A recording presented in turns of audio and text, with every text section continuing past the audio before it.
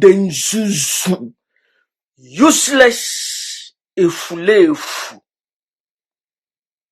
Efulefu.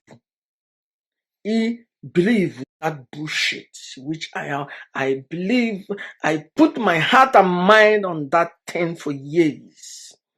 When Bombrare saw a matter the truth, I awakened my coconut head. And I came to the state of knowing that no bullshit Gerimon Obura has been awakened. This is the awakened mind. Awakened mind cannot be enslaved. But your coconut unuginishi is na ebuari akwụkwọ ndị ọcha dere na-ebuari Ebuka Obi bịa were nwaanyị onye ọcha akpụrụ akpụ ya eje na-apị ya aka n'ara na-arịdị ya aka na-asụ ịrịtọt efulefu atụrụ ka ewu efulefu atụrụ dị ka gị gonna praise Holy Ghost fire, Holy Ghost fire. Iwu idiot. Ebuka Obi jee pịa nne m Chukwu aka n'ara.